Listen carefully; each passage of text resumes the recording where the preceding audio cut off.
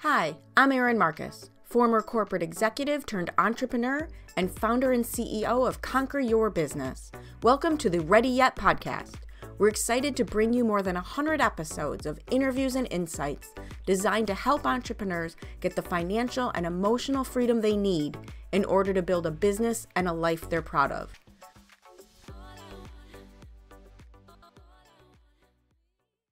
All right. Hello. Welcome to this episode of the Ready Yet podcast. My guest today, Ross McDaniel. We've been having fun before we hit record, so now we're going to let everyone in on it. I love your business because it serves a business group that's close to my heart, which are those home care, the reason we all have nice homes and things that function, the people who keep them all running for us. But before we get into why you do that, why you've decided to do additional things, what the hell were you thinking? That's right. That's right. Right. All of that. Why don't you tell everybody a little more officially who you are and what you do? Yeah, well, thank you for having me on, Erin. And like you said, my name's Ross McDaniel. I am the founder of a company called Fencepost. And then also my wife and I started a coffee shop called Trellis Coffee Bar with a couple of friends here this past year. So really our whole bent is how can we help communities thrive? And we are very passionate about our community in Augusta, Georgia. And through my experiences agency side in marketing, developed Fencepost and our local growth formula. And so now all across the nation, we're working with companies that are looking to put in predictable and profitable growth systems into their home service businesses. The reason Trellis comes into play on the coffee shop side is because this was an opportunity for us to play out the local growth formula in real life, about 40 seconds from our front door. And we love coffee, of course. So that's how those two are connected. But yeah, we're all about community, and we think the best way that we can impact community is by helping businesses that are the backbones grow. Love it. And I love that. I like that group. A lot of times they're experts turned business owner. Absolutely. And so they're fantastic. The lawyers have the same problem, the architects have the same problem, but it's a different version of the problem when you are the technical expert and now you're a business owner. Yeah. What are they going to do? The world's a little different. I think back in the day, and I'm older than you, but back in the day, they used to put an ad in the yellow pages, right? And that was fine, right? That was really all you needed to do.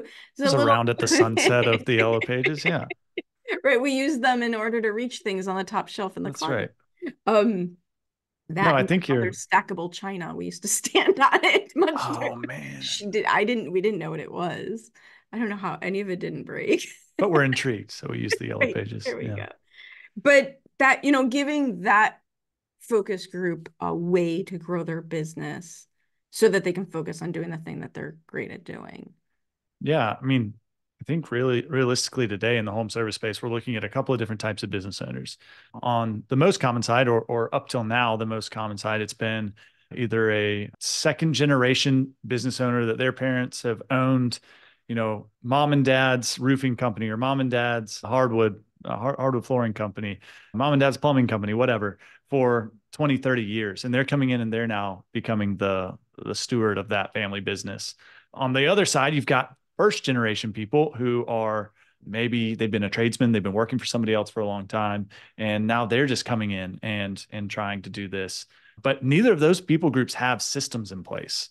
They don't have like business acumen. They're just coming in saying, "Hey, we know a trade. We're good at it. We're going to come out and hang our shingle and say, world, I'm ready to plumb your pipes." Ready to fix you, ready to fix. Well, yeah, we're talking That's here. right. Everything's on the verge of frozen pipes, so those people are all very busy right now. Yeah. Right, we're here to help. How do we do it? And I But think a lot of them go to the chamber, and a lot of. oh yeah, yeah, yeah. So how I'm do you help sorry. them do it differently? Well, that's what I was about to say, because I think there's a new generation of business owner too, with like this great resignation of the boomer generation. We've got this older Gen X and above, like getting ready to say, "Hey, we're tired. We don't I was necessarily just have gonna anybody." say, there's all That's right. sorts of things. I am Gen X, right? 53 years old. No, Oh yeah, I'm 53. I am there's no so way. Gen X. Dude, I always say stranger things could never have happened anywhere else because Wow. we raised ourselves. Nobody knew where we were. And Man, we were out in the streets of Chicago Stranger running Things like is spot on. feral Yeah. children. My And business mentor just turned 53 as well. Yeah. And it, that's, yeah, yeah, it's like I'm amazing. telling, it was so, I enjoyed it But you guys are doing personally. well. Doing well. But You're fooling a bunch of to millennials. your Yeah. point, I don't want to work that hard anymore. I don't even have, I just have to sit here, right? So I can only imagine a tradesman, man, that stuff gets hard. Well, and I think the people that they're handing their businesses off to, if they even hand them off to somebody, sometimes it's just like, fading into the abyss. But if they're selling them or handing them off to an heir, a lot of times that heir that's coming in actually is systems minded and growth minded. And they're maybe a bit more of a savvy business owner than they are the tradesman.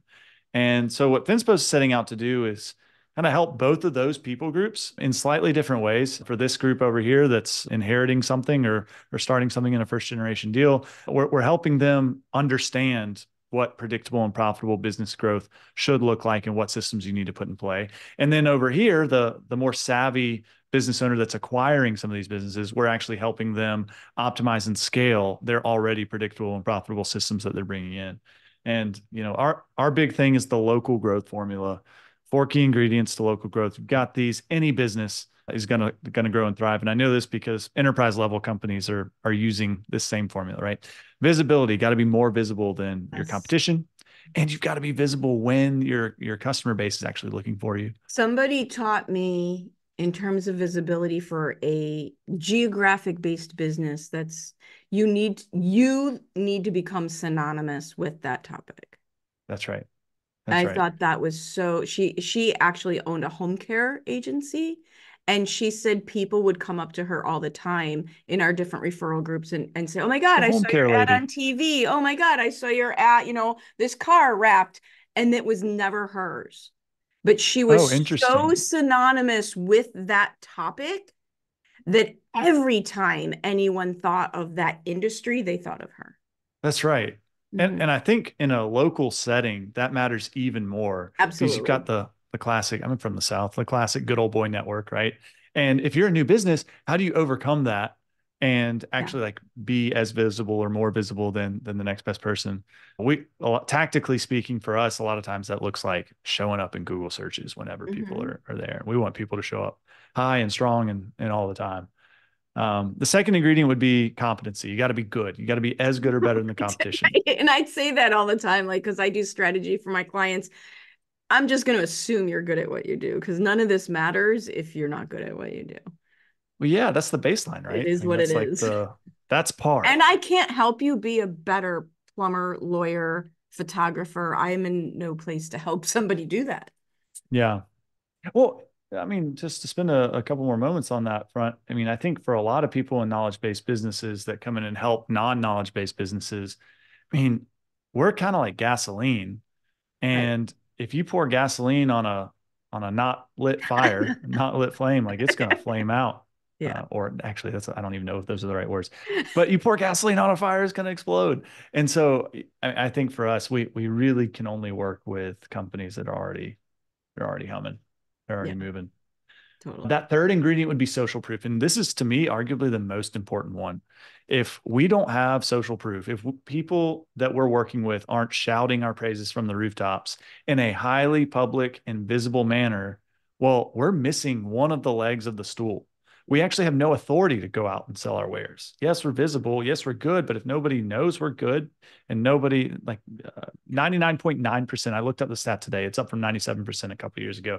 99.9% of customers in a survey of 7,500 people looked at a review before making a purchase. And I think that's more, well, I think that's more important than ever because people are more scared than ever, Hmm, right? The that's interesting. prolific, it's so much more prolific of scams and of the bad news of what happens spreads so fast that That's people are right. more worried. But I also think looking at reviews and having access to them has become True. completely normalized, right? That didn't used to be a thing. I didn't used to have, I used to have to take you at your word in your Yellow Pages ad that when it said 5 stars, that somebody said that about you. Now, But perhaps you could take them at their word then too. Perhaps there wasn't as much competition. Perhaps, yeah, I don't know, business was done differently. And I think to your point, I mean, a review has just become part of if there are no reviews, well, that's just not a viable option for us to go, purchase Right. from or do business with.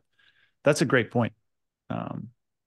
I'm going to have to incorporate that I into will. my pitches from here on out. We'll talk. We'll wait and we'll talk that through That's a little more on how you that's can use right. That's right. that. Um, the fourth ingredient. So we've talked about visibility, we've talked about competency, we've talked about social proof. The fourth would be referral. If we have this growing, burgeoning customer base, well, we need to figure out a way to monetize it. And we're not like actually asking anything more from our customers. We're really just saying, hey, when you talk about the excellent experience you had with us, here's a clear channel to let them have that same experience. And that's what we want to create, is we want to create that clear, simple pathway that people can engage with your business via your customers that you already have. And so we believe that if you have those four key ingredients, you're going to crush it. You're going to knock business out of the park, whether you're the new guy that has been doing business forever, or you're the first generation business owner or the fourth generation business owner.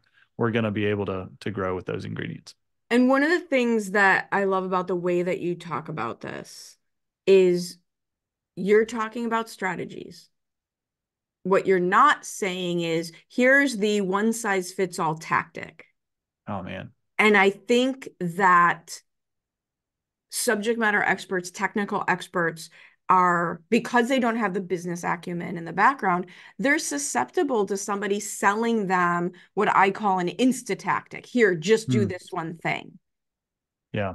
I've actually heard you use that term, I Oh, think, the in way past that couple of I times. phrase The it, I know insta the tactic. insta Yeah. tactic, and the way that a friend of mine loves that I say this, he laughs at me because he can't remember it, is one size fits all, soon to be obsolete insta tactics, Oh, right? there it is. I think Because that's the that's phrase I what it heard on a is, podcast. Yeah. right? That's what it is. So I love that you're helping these folks from a strategy mentality and not just an insta tactic. Here, just do this one thing.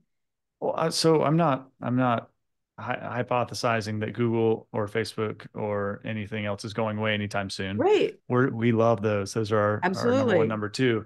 But if they did, like this formula is ubiquitous. I mean, it's the same principles that enterprise level clients have been using, enterprise level businesses have been using for the last 50 years. And I think they'll be using it for the next 100.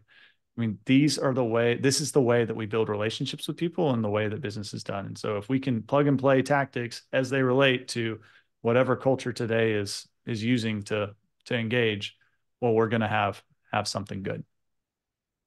Yeah, totally on board with this. So I have to ask you the question. You know, I give you a hard time about this only because I have another associate who has walked the path.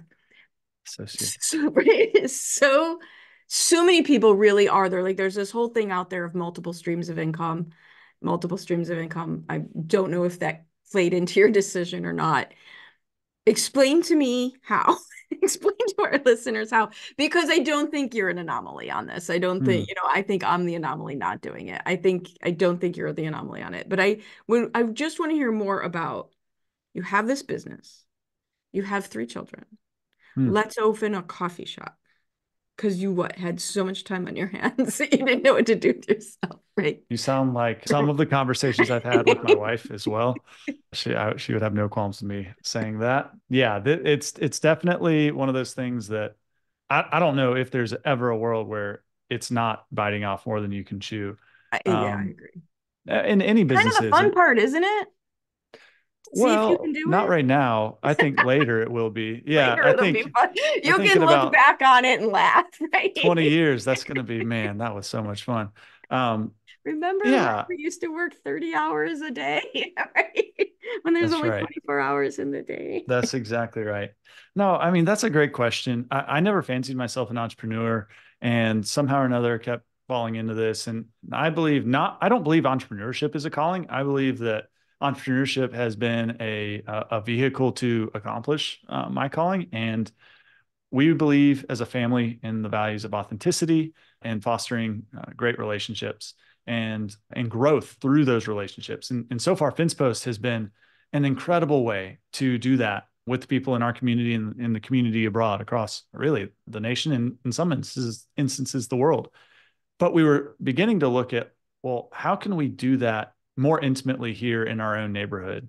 And we've always loved coffee. It really skyrocketed during the pandemic. I started doing pour overs, getting into the wash processes and things like that. Yeah, like it did for everybody. And next thing you know, we got a couple of partners who, like, man, they are born and bred entrepreneurs, and Mm, it catches like wildfire. And they also live in our neighborhood, and we saw an opportunity to bring a really bright spot to an otherwise not so bright part of our town. mm. And we're proud of this town, a part of town. We're proud of where we live, and we're proud of our neighbors. And we want our kids to see that pride, and our kids to experience some of these values as well.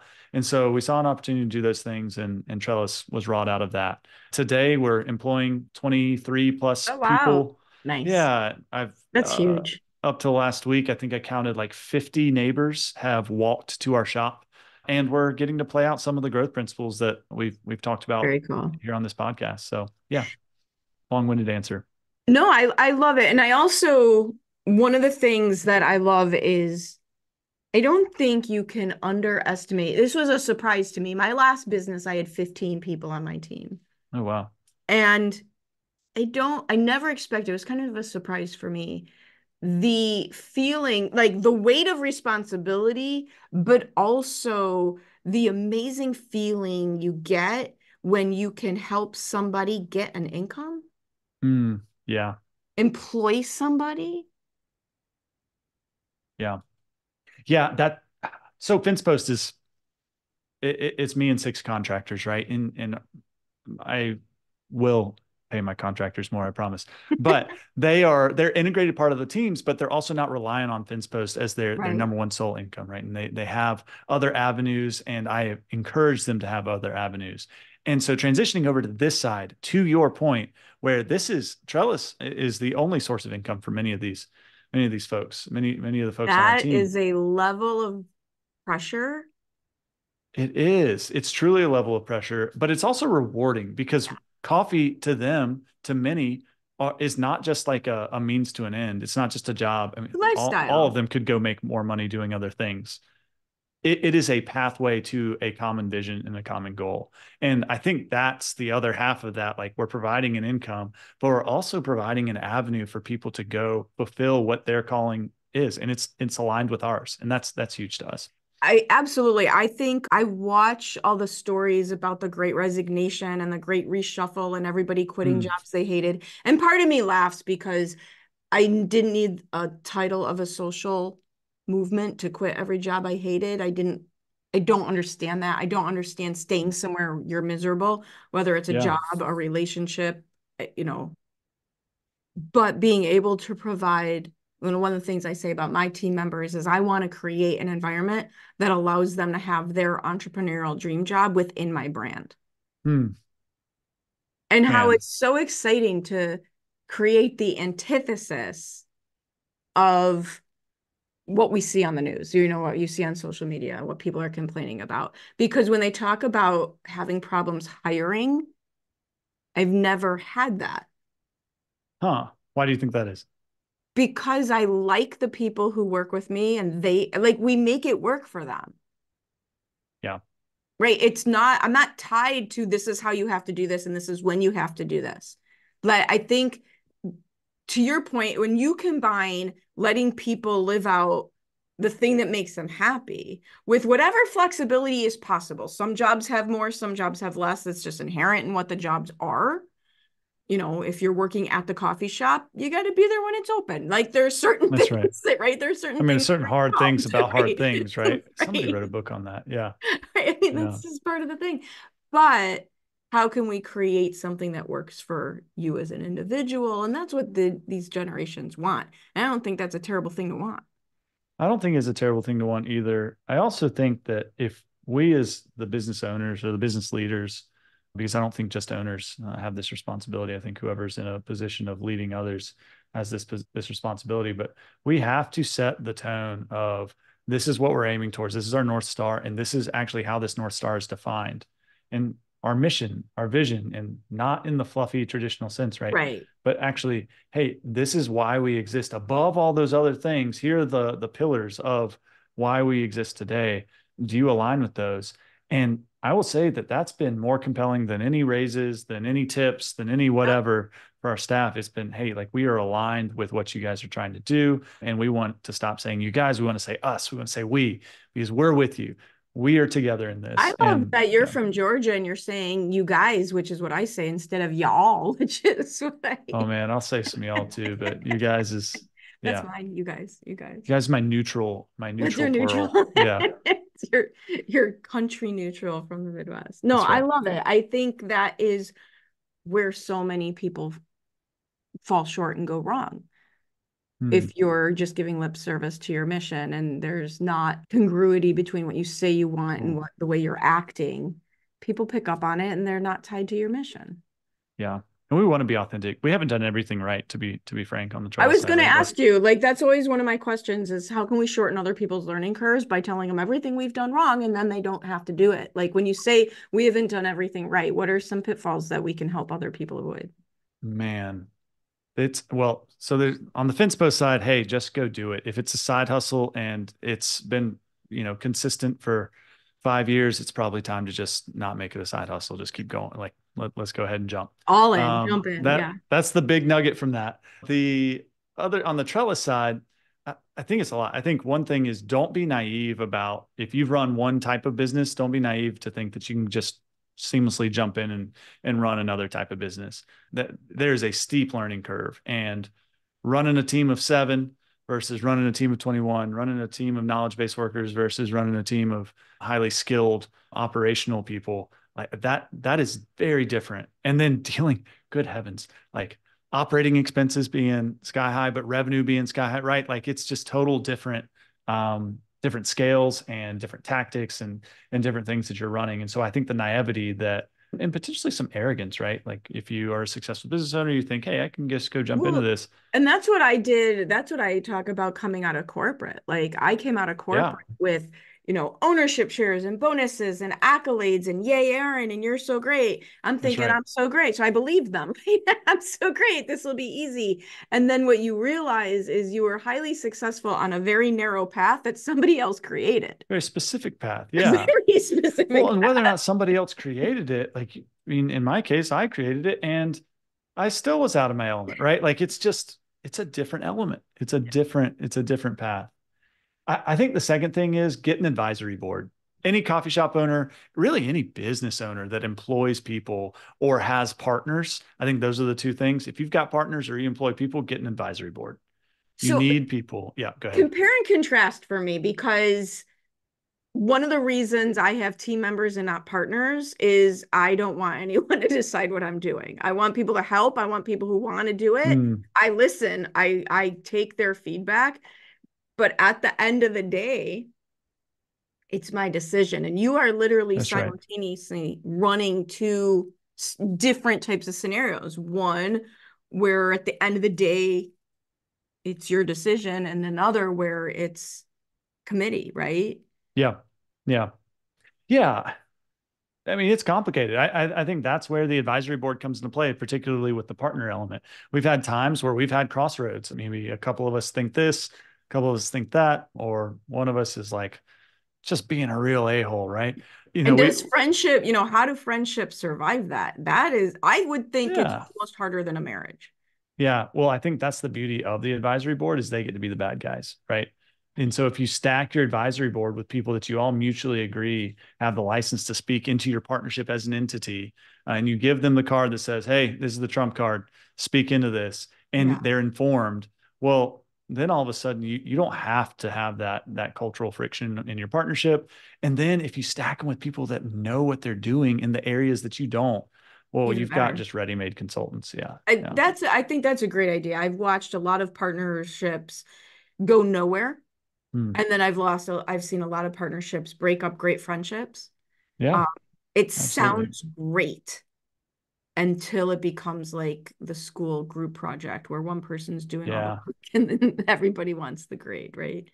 Yeah. And I think sometimes like, or at least in our partnership, everybody's been at one point or another the guy that's carrying all the weight. And realizing similar to a marriage, right? Like it's not always going to be 50-50. And when it's not, we've got to be willing to A, be the one that's bearing the majority of the weight, or B, acknowledge that someone else is bearing it and pick up the slack the next time. Right. But Say thank again, you, right? Say thank you. right. Let me know if I can help you. That's Absolutely. right. That's exactly Absolutely. right. So those are my I love pitfalls and it. my learnings. I love it. I love it. So what's next for you? But what's next is to buckle down and keep blinders on and really develop Trellis I and like really that. The develop keep the Fencepost. blinders on. I think that's a really good point. Like Yeah. We're not it's starting anything new. and it's so easy. This is one of the things I watch entrepreneurs, small business owners do over and over and over again. Something's working, so they stop doing it to try something else. Hmm. Because Yeah.